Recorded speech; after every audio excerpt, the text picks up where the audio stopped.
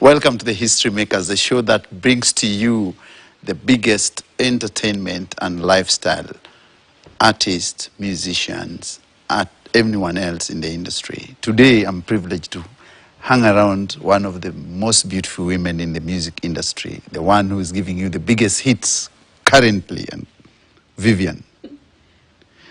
Do we call you with full name plus the... No, Vivian is okay. Vivian is... That works. Huh? You don't want us to go beyond Vivian? Vivian iko sawa. You wanted to call me what? Let's stop it there. You have a new song out with Yes, Waire. thank you for having me. Yes. Number one. Yes. I'm happy I'm a history maker. Yes. And I'm happy I'm still making history while I'm alive. Through the spiritual journey, every day I'm learning.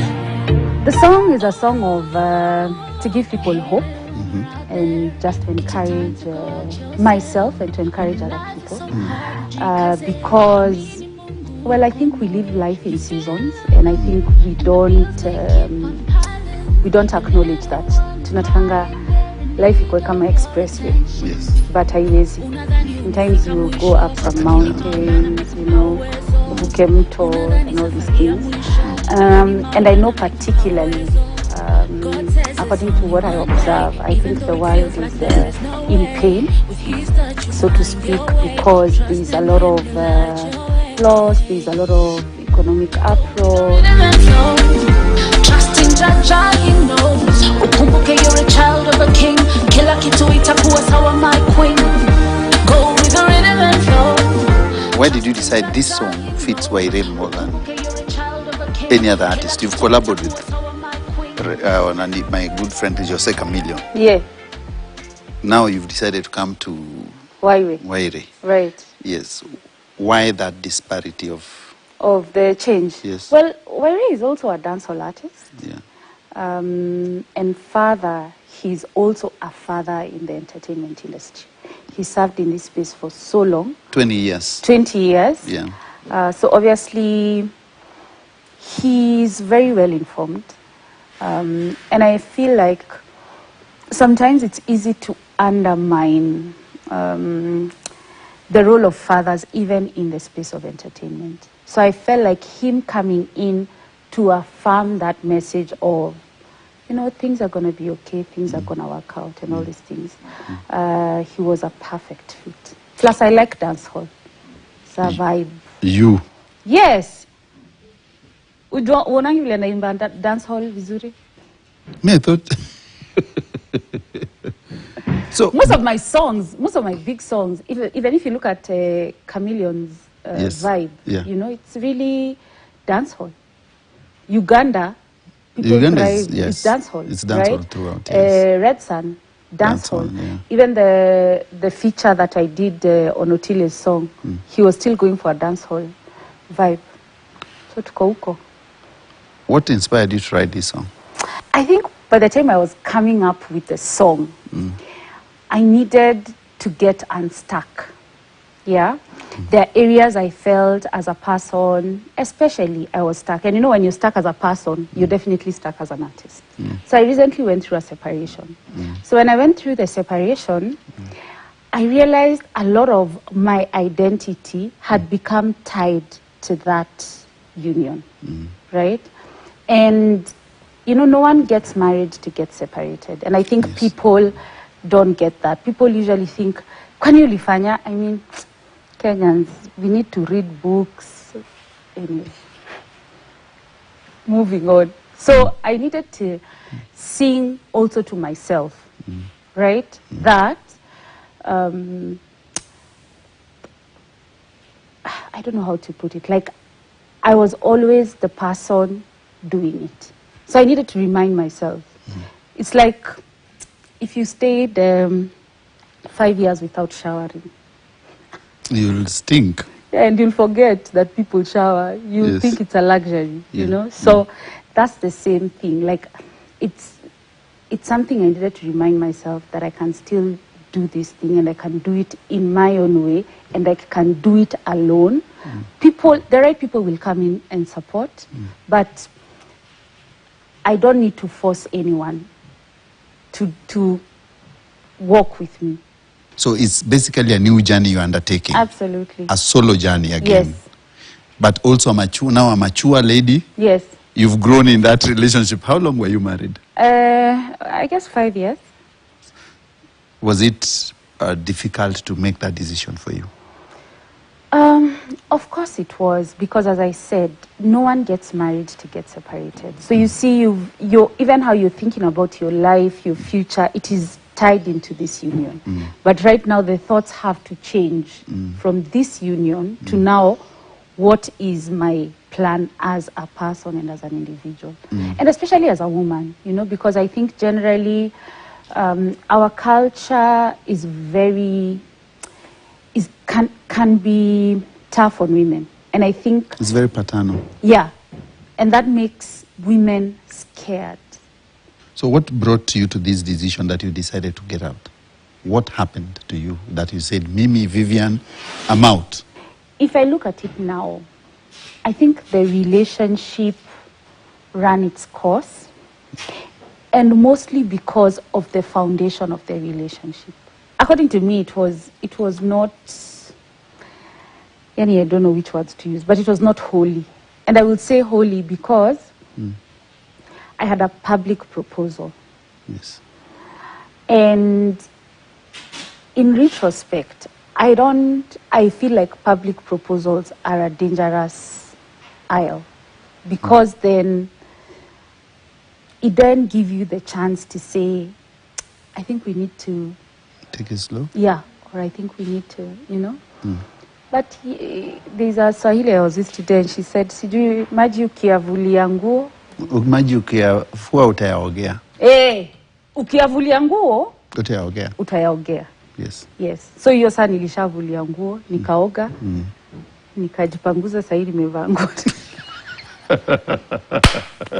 Remember when you were dating Sam, right. Of course, yeah. You went through Pastor Peter Odera, who is our friend, yes. for counseling, yes. for marriage. I think you took the necessary steps towards making that decision. Do you think you had a blind spot you didn't check out? Remember, by the time I was getting into this relationship, I was already in the public. Yes. So number one, you understand how the public works. That's a space you need to figure out. That's a space you need to find your bearing. Especially if you come in now as a sensation. You know, when you come in as a sensation, unakuwa, yani you are a moving target for many reasons. The way you said, you know, you're talented, you're beautiful, you're all these things. Like everyone wants to be a piece of piece of you. And no one can save you from that. You have to figure out, how do I navigate this space? So I think things moved too fast, too soon, and we were not able to grow into the spaces that we were occupying effectively.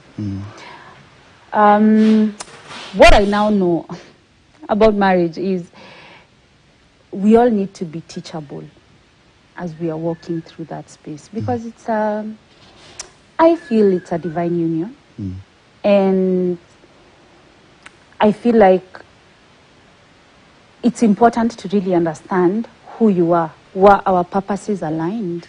You know, could we really make room for each other, not based on what the public saw, but based on who we really are, especially the areas about both of us that were broken. Because, you know, those are the ones that are highlighted in marriage. You see, we couldn't believe whether it's a separation or it was clout chasing. You know, nowadays you can't tell what is true and what is fake.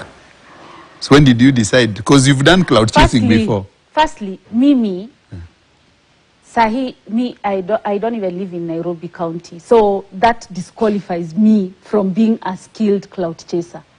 Me, I live in Kajiado. Uko we just, tunangalianga ngombe, tunaputana nazo kwa gate. So my clout chasing skills are very low. Very low. So yeah, that's to answer. It was not clout chasing. It is a reality. How did Sam take it then? And who decided this thing is not working? I'm out, or? I think, you know, even when separations happen, they don't happen once. That means there needs to be consistent communication, right? And then there needs to be just a certain level of respect for one another. So our relationship was not exempt from life challenges. But I think, as I said earlier, our foundations, our rooting was not, it was about, we need to do this because by this time we need to be here. Yes. Or, you understand? It was a business proposal. It was, yeah, it's true, but it's the truth. It had that transactional element. Yes. And that's a very dangerous space to be, because also realize we develop differently. Yes. Yeah. So it's like even when you have kids. So maybe you akiwa 10 years and are behaving hivi. Mwingine akiwa 10 years hata atadipangi kitanda. Yes. So if you start comparing, you're going to be in a lot of problems. So I guess I think the foundational element of the relationship was quite weak. And you couldn't see it at first? I felt like we needed to sort of like take things slow. I think by the time we were separating, my ex had reached a point whereby he felt the relationship was not giving him what he felt that he wanted. Yeah? As regards, tunafaa kuwa hapa. Ama sahi Vivian, unafaa kuwa unafanya hivi. You understand what I mean? Eh? I do. And I think that became a problem. Yeah. Because when I look at myself, I don't know, I think women, because of how God made us, because of that nurturing element, we know how to just Nurture things. Yes. Pole. And make a home. Yes. His eye was fixed on something. And I think that's where the disconnection really happened. So probably he did not transition from, you remember Sam and you met and he was your manager? Yes. And it was a business union. Yes. That became a family union. Yes. So I think the transition from business to family did not have a smooth element there. I think I'll also allude to intention. So when you're getting into the relationship, what is your true heart's intention? You know, that's usually a really tricky question. Yeah. Because you might think it's this, but if you assess further, you find it is not that.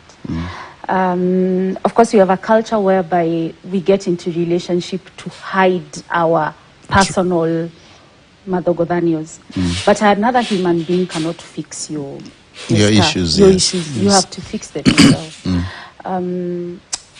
There was that element. I mean, I don't want to drag so many other people, of course, the kids and all these people into it. But I feel like if in a relationship you're not moving at the same like this, then it will become a problem. Or mtu anaenda hivi na mwingine anaenda huko. Divergent view. It becomes difficult because for me, my interest is usually, of course, in growth. Yes.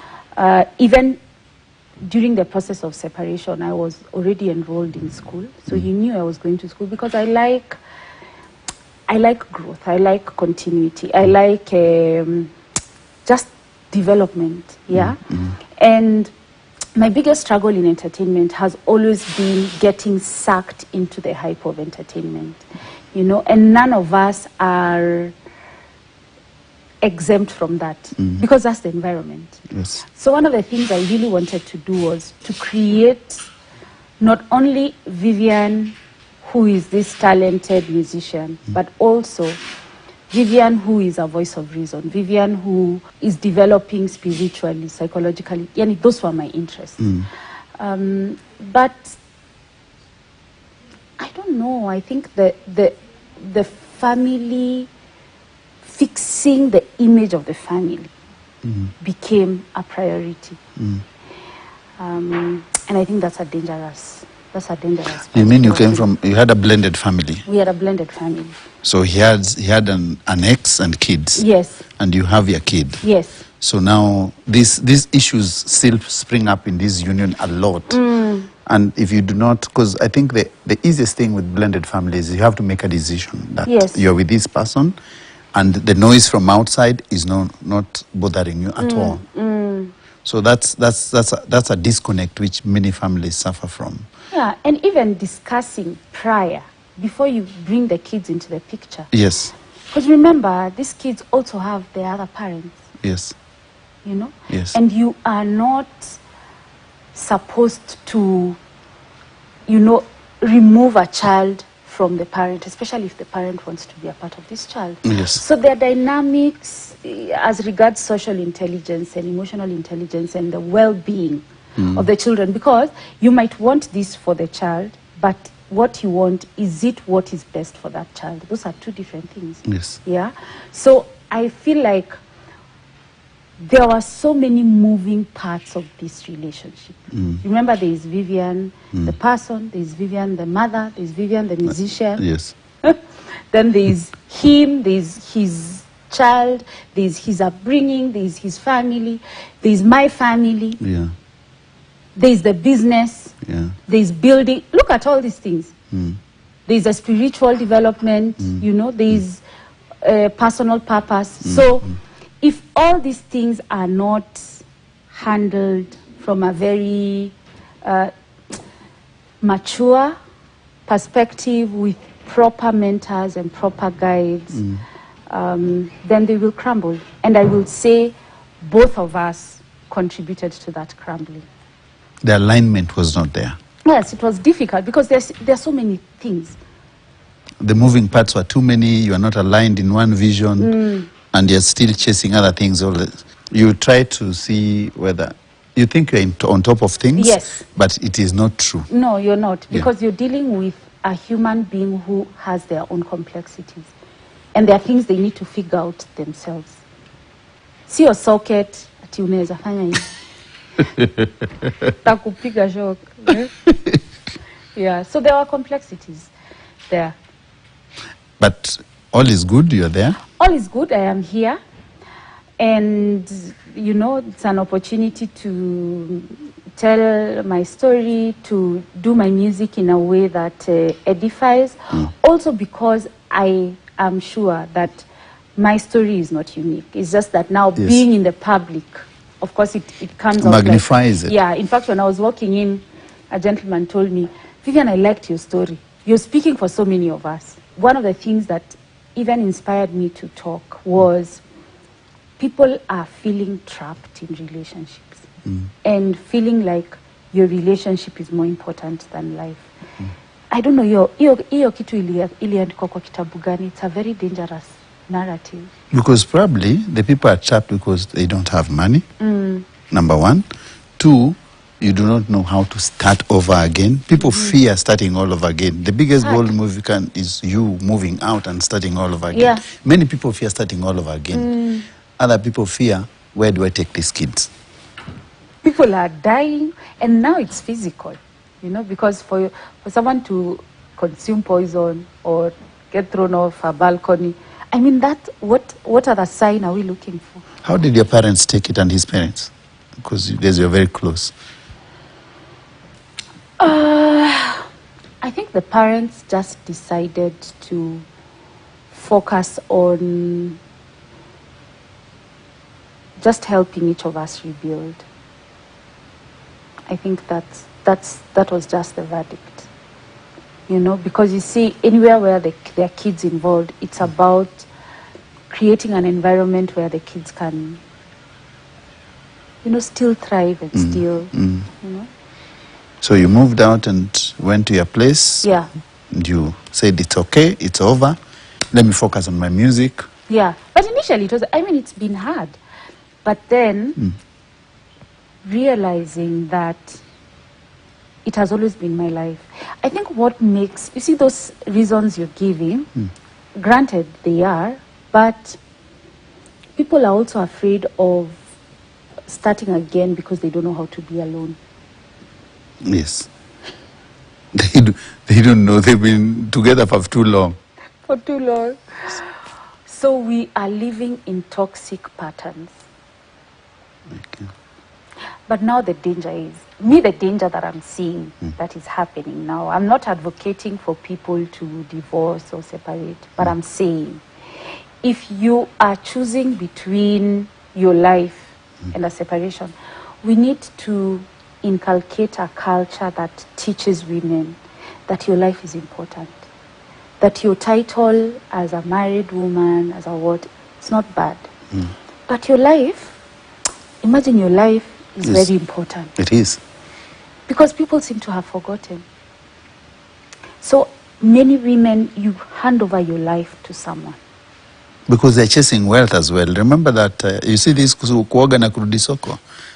People look for Does money. that thing actually work? I don't know. Me, I think that thing is so demonic. What? Eh? This soko, this one? Yes. This is gonna zimehanga. What? People are sick in the head. Na wewe unarudi kwa hiyo soko. Just go to your house. We will come back. Vivian, just hold on there. We'll come back in the second part of this interview. Kuoga na kurudi soko. This is the History Makers. Keep watching.